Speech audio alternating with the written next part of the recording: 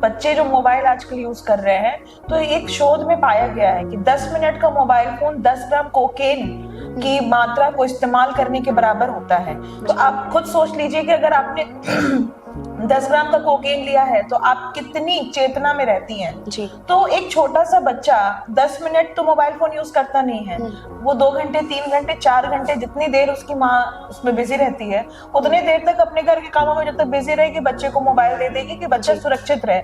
लेकिन बच्चा सुरक्षित नहीं है, कहीं ना कहीं उसका मानसिक स्वास्थ्य पूरी तरीके से बिगड़ रहा है। तो आप 5 घंटे का अनुपात निकालिए कि 10 ग्राम कोकेन से वो कितना ग्राम कोकेन एक दिन में ले रहा है।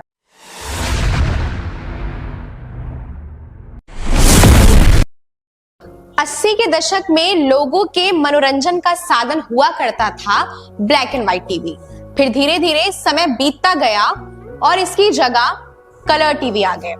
फिर थोड़ा और समय बीतता गया और इसकी जगह मोबाइल ने ले ली। आज के जमाने में बड़े से लेकर बच्चे हर किसी के हाथ में आपको मोबाइल फोन्स देखने को मिलेंगे। कहते हैं ना, विज्ञान वरदान के साथ साथ अभिशाप भी है। मोबाइल भी विज्ञान की तरह है, विज्ञान की देन है, लेकिन अब वह अभिशाप का काम कर रही है। इसका सबसे ज्यादा असर बच्चों में देखने को मिल रहा है। बच्चा पैदा होता नहीं है कि माँ बाप उसके हाथ में फोन पकड़ा देते हैं, और इसका सबसे ज्यादा असर बच्चे की मानसिक स्थिति पे होता है। आज के इस मुद्दे पर हम बात करेंगे जानी मानी साइकियाट्रिस्ट आकृति पांडे जी से। आकृति जी, सबसे पहले तो आपका हमारे इस चैनल में स्वागत है।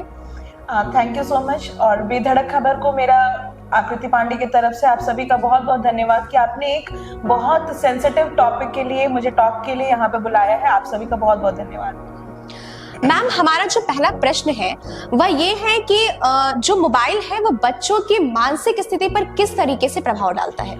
देखिए मैम, बच्चे जो मोबाइल आजकल यूज कर रहे हैं, तो एक शोध में पाया गया है कि 10 मिनट का मोबाइल फोन 10 ग्राम कोकेन की मात्रा को इस्तेमाल करने के बराबर होता है। तो आप खुद सोच लीजिए कि अगर आपने 10 ग्राम का कोकेन लिया है तो आप कितनी चेतना में रहती हैं जी। तो एक छोटा सा बच्चा 10 मिनट तो मोबाइल फोन यूज करता नहीं है, वो 2 घंटे 3 घंटे 4 घंटे जितनी देर उसकी माँ उसमें बिजी रहती है, उतनी देर तक अपने घर के कामों में जब तक बिजी रहेगी बच्चे को मोबाइल दे देगी कि बच्चा सुरक्षित रहे।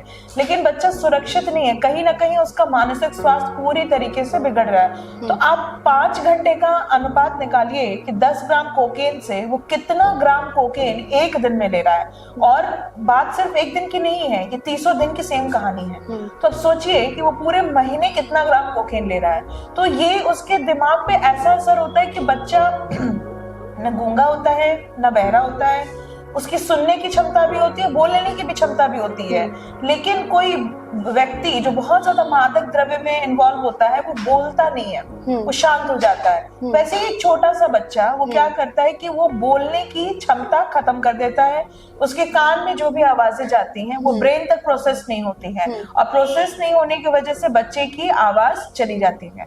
तो अच्छा खासा बच्चा गूंगा और बहरा बन जा रहा है। तो एक बहुत बड़ी बीमारी आज के डेट में वर्चुअल ऑटिज्म के अंदर बच्चा चला जा रहा है। तो ये है उनका दूसरा, उनके मानसिक स्वास्थ्य के ऊपर क्या इफेक्ट पड़ा, जो आपने बोला कि उनका चिड़चिड़ापन, हद से ज्यादा गुस्सा करना, पढ़ाई में मन नहीं लगना, एक जगह शांति से बैठ नहीं पाना, कुछ बोलो तो सुनना नहीं। इवन पेरेंट्स का आज के डेट में शादी और फंक्शन अटेंड करना बच्चे मुश्किल कर देते हैं। रेस्टोरेंट में जाओ तो वो खाना नहीं खा पा रहे। तो एक पर्सनल, उनका भी मेंटल हेल्थ खराब हो रहा है, पर्सनल टाइम नहीं स्पेंड कर रहे।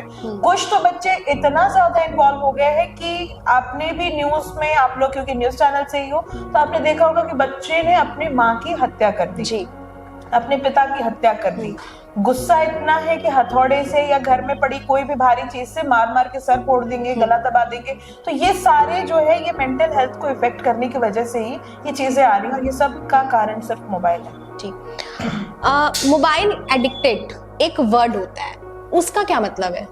देखिए, जैसे एडिक्शन होता है शराब का, एडिक्शन होता है किसी ड्रग्स का, उसी तरीके से मोबाइल भी एक एडिक्शन है। अगर हम छोटे बच्चों में देखें तो कोकोमेलन, चूचू टीवी, ये जो चैनल्स हैं, तो इसके अंदर आप देखेंगे ना कि इसके कंप्लीट एक फ्रेम में बहुत ज्यादा कलर्स यूज होते हैं, और कलर्स जो है वो बच्चों को बहुत पसंद आते हैं, लेकिन छोटे बच्चे कलर्स के प्रति बहुत अट्रैक्ट होते हैं, तो ये एडिक्शन वहां से शुरू होती है। ठीक है, तो ये मोबाइल का जैसे बाकी चीजों का नशा होता है वैसे ही मोबाइल का भी नशा है। मोबाइल भी आज के डेट में एक एडिक्शन है और इसको हमें एक्सेप्ट करना चाहिए। अच्छा, आज के जमाने में ऐसा देखा जा रहा है कि बच्चे जो है वो बाहर पार्क में जाना पसंद नहीं करते हैं, वो मोबाइल में दिन भर बस गेम्स खेलना पसंद करते हैं, तो ये ऐसा क्यों हो रहा है? मैम देखिए क्या हो रहा है ना कि कोविड के बाद से क्या हुआ कि लोगों का ना सोशल लाइफ, सोशल सर्कल खत्म हो गया। तो हम पहले तो कोरोना से अपने आप को प्रोटेक्ट करने के लिए अलग हुए जी। अब क्या हुआ है कि अब ये चीजें हमारे साथ इतनी हैबिचुअल हो गई हैं, पेरेंट्स भी इतना हैबिचुअल हो गए कि वो बाहर अब जाना ही नहीं चाहते। हर व्यक्ति अपना एक पर्सनल लाइफ चाहता है, तो वो बच्चे को मोबाइल के साथ बिजी कर देता है। लेकिन अब क्योंकि ये बहुत एक भयावह बीमारी होती जा रही है, डॉक्टर्स लगातार कह रहे हैं आप पार्क में जाइए, घूमिए, टहलिए, तो बच्चों को जब लेके जाना पड़ रहा है तो अब उसको अकेलापन रहने की बीमारी है, अब उसको अकेलापन पसंद आ रहा है, तो वो सोशल लाइफ कैसे जाएगा? उसको सोसाइटी तो पसंद ही नहीं आ रही, क्योंकि उसका जो एक सोशल लाइफ डेवलप करने का जो एज था वहां पर तो उसको हमने सॉलिट्यूड लाइफ दी है, हमने उसको अकेली लाइफ दी है, तो फिर वहां पे वो क्यों जाएगा? तो बच्चों में भी एक तरह का डिप्रेशन बहुत ज्यादा डेवलप हो रहा है, और एक डिप्रेस व्यक्ति कभी भी सोशल अपनी जो मीटिंग्स है वो उसको अप्रोच नहीं करता।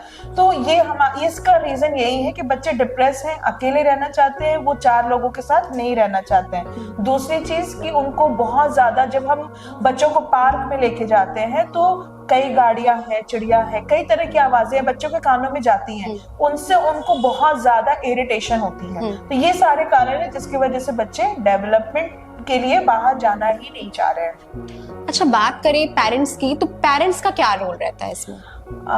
पेरेंट्स का जो इसमें रोल है, देखिए मैं जो मानती हूँ कि हम लोगों ने जो भी, मैं अपने प्रैक्टिस में जो मैं देख रही हूँ कि जेन जी या जनरेशन गैप जो हमारी आई, तो जेन जी अब पेरेंट्स बन रहे हैं, मिलेनियल्स जो थे वो अब पेरेंट्स बन रहे हैं, तो बहुत ज्यादा मोबाइल पे एडिक्ट होने के, बहुत ज्यादा मोबाइल का यूज अब हम खुद भी यूज कर रहे हैं। हम भी हर टाइम रील्स को स्क्रॉल कर रहे हैं, इवन हमारे घर का एक बूढ़ा आदमी भी परमानेंट मोबाइल पर ही है। तो वो क्या कर रहा है कि उसको बच्चे से वो भी बहुत इरिटेटेड होकर बात कर रहा है। अब दादी नानी को भी देखेंगे ना कि एकदम सर खा जा रहा है, एकदम दिमाग खराब कर देता है, एक जगह बैठता ही नहीं है। वो एक जगह बैठना, पहले भी बच्चे नहीं बैठते थे, लेकिन क्या था कि हमारे हाथों में मोबाइल नहीं था, मोबाइल नहीं था, तो हम बच्चे की बदमाशी को हम एक्सेप्ट करते थे और हम उसके साथ खेलते थे। अब हमें इरिटेशन हो रही है क्योंकि हमें वीडियो देखने का टाइम नहीं मिल रहा, हमारी जो सोर्स ऑफ एंटरटेनमेंट है वो हमें नहीं मिल रही है। बहुत सारे बूढ़े लोग आज के डेट में मोबाइल पे ही अपने सीरियल्स देखते हैं, तो उनका वो सीरियल का टाइम चला जाता है, तो उनका एक पर्टिकुलर टाइम बना हुआ, तो वहां पे जब बच्चा बदमाशी करता है तो ये बहुत ज्यादा इफेक्ट है। तो बच्चों को चिड़चिड़ापन, गुस्सा घर में ही मिल रहा है, अग्रेशन मिल रहा है, हर चीज पे चिल्ला करके। पहले दादी नानी बहुत प्यार करती थी, अब वही दादी नानी बहुत डांट रही है, बाबा नाना डांट रहे हैं, बच्चों को पार्क लेके नहीं जाते, बच्चे से बात नहीं करते, ना तो बुक रीडिंग सिखा रहे हैं, ना वो पुरानी स्टोरी सुनाते हैं, ना वो अपने ही बच्चों की बचपन की कहानियां उनको सुनाते हैं, तो वो कहानियों का ही गैप हो गया है। ठीक है, तो कहीं ना कहीं मैं देख रही हूँ कि बच्चों के साथ साथ अगर एक भयावह कंडीशन जो एक बनी वो पेरेंटिंग पर भी बनी है, तो पेरेंट्स जो है वो बहुत ज्यादा केयरलेस हो गए हैं। वो चाहते हैं कि उनको सिखाना ना पड़े, कम टाइम लगे, बच्चा सबको सीख जाए, तो ये पॉसिबल नहीं है। आपको वो पेरेंटिंग में वो देना पड़ेगा, वो प्यार देना पड़ेगा, वो नर्चरिंग देनी पड़ेगी। और हम मोबाइल देख रहे हैं, हमने यही शिक्षा दी, बच्चा वही काम कर रहा है।